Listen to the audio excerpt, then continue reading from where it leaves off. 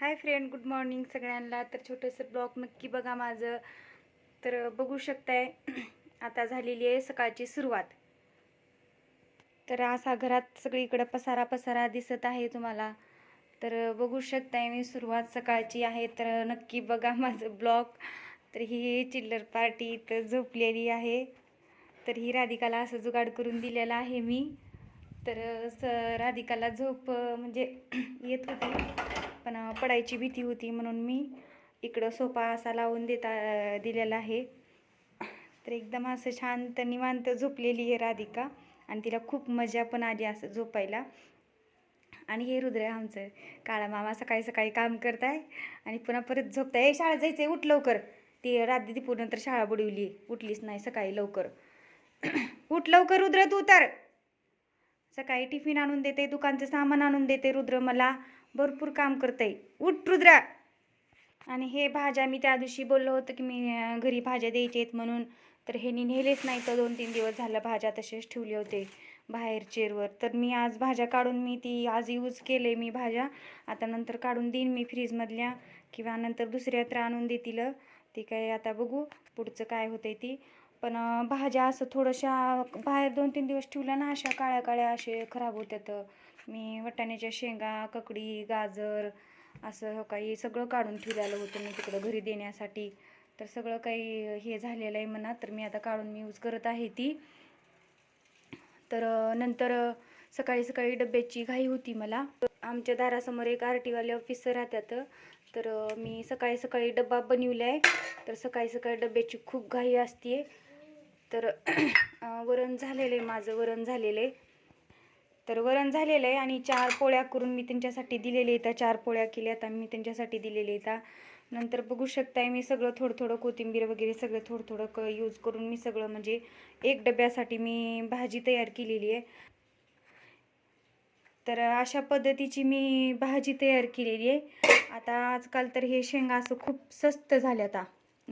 कशाच्या तुम्ही पालीच्या पण काय म्हणतात ती वालीच्या पण म्हणू शकताय. तर आणि आमच्या इकडं तर वरणा म्हणलं जातं, ह्याला वरण्याच्या शेंगा म्हणल्या जातात. आणि तुमच्या इकडं माहिती नाही, कुणी वरणाच्या कुणी वालीच्या असं काय काय म्हणलं जातात. पण तुमच्या इकडची पद्धत अलग आहे, आमच्या इकडची पद्धत थोडीशी अलग आहे. तर आम्हाला आम्ही याला वरण्याच्या शेंगा म्हणलं जातात. तर असं शेंगाचं कूट घालून लाल मिरचीची भाजी म्हणजे बोर झाली, खाऊ पण वाटेना. आणि शेंगा म्हणजे खूप स्वस्त दिले. तर आम्हाला तर ही 20 रुपयाला 30 रुपयाला किलो करून लावायलेत शेंगा, की आम्ही जास्त घेतात म्हणून. तर बाहेर असतील 10 रुपयाला पाव तर असतील बहुतेक शेंगा हे. तर आम्ही किलोनं घेता म्हणून आम्हाला 30 रुपये किलो करून लावत असतात. तर नंतर अशा पद्धतीची तुम्ही आलू आणि हिरवी मिरची, हळद, मीठ घालून भाजी बनवू शकताय. खूप छान लागते अशी पण भाजी बनवायला. बिना रश्याची, बिना पाण्याची सुकी भाजी बनते असते एकदम बिहारी टाईप. तर मी 4 पोळ्या आणि थोडं भात म्हणजे थोडीशी भाजी केली. वरण भात तर भरपूर केलेलं आहे. नंतर आता डबा पॅक करून दिलेला आहे मी. भात पण झालेला आहे माझा आणि ह्याच्यातच डाळ घालावं लागते आणि ह्याच्यातच भात घालावं लागते. तर हे कुकरचं वायसर ना, तर ही छोटा कुकर आहे माझ्याकडं डाळीचा सेपरेट. तर ह्याचं वायसर तुटलं आहे, 8 दिवस झालं वायसर तुटलं आहे. तर आमच्या मिस्टराला सांगते मी, माझ्या नवऱ्याला सांगते की वायसर आणा वायसर आणा म्हणून. तर आणतच नाही. तर वायसर आज आणू उद्या आणू, आज आणू उद्या आणू करते तर वायसर.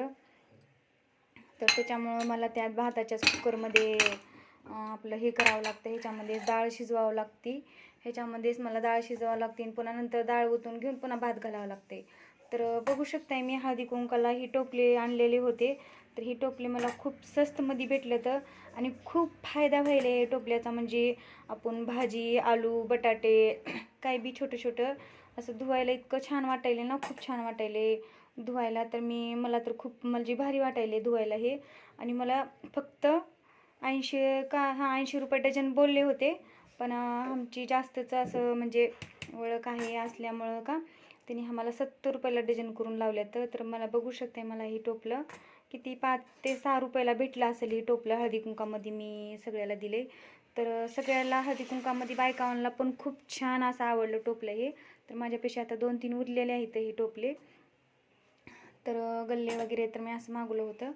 तर नंतर मी सगळं धुवून वापरत असते, मला धुतल्याशिवाय नाही आवडत. तर माझी मिरची धुवून मी भाजीमध्ये थोडीशी घातलेली आहे. कोथिंबीर बी धुवून चिरून ठेवलेली आहे. आता वरण झालेलं आहे, भात झालेलं आहे. नंतर आता मला ही कोथिंबीर, हे शेंगा मला कट करायची आहेत अजून. परत ही शेंगा असं नीट करून घ्यायची आहेत, कट करायची आहेत. आणि ह्या शेंगाची आणि आलूची भाजी मी मिक्स करणार आहे. आता जसं भाजी केलेली आहे ना, मी दाखवलं ना तुम्हाला, तशा पद्धतीची मी अजून भाजी बनवणार आहे. अजून माझे 7-8 टिफिन आहेत द्यायची, म्हणजे साधारण 7-8-9 असतील. आणि आम्ही घरचे काही माणसं, म्हणजे ही मला असे शेंगाची अशी भाजी बनवायची आहे. तर आलू आहे ते इथं, आलू आणले तिने, कोथिंबीर ते सगळं काढून ठेवलं होतं मी तिकडं घरी देण्यासाठी, पण थोडं असं सडून गेलेलं आहे. तर असं नाही चांगलं वाटत देण्यासाठी, तर मी आता घरी यूज करत आहे ही. तर नंतर बघू आता. आणि गाजर वगैरे सगळं काढून ठेवलं आहे मी देण्यासाठी, सगळं घेतलं होतं, तर मी सगळं काही काढून ठेवलेलं आहे.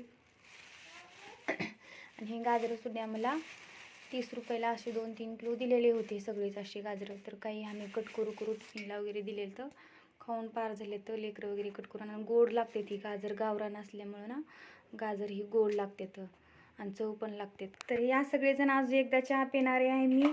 तर सकाळी एकदा चहा झालेलं आहे माझं, तर नंतर अजून एकदा चहा प्यायचं आहे.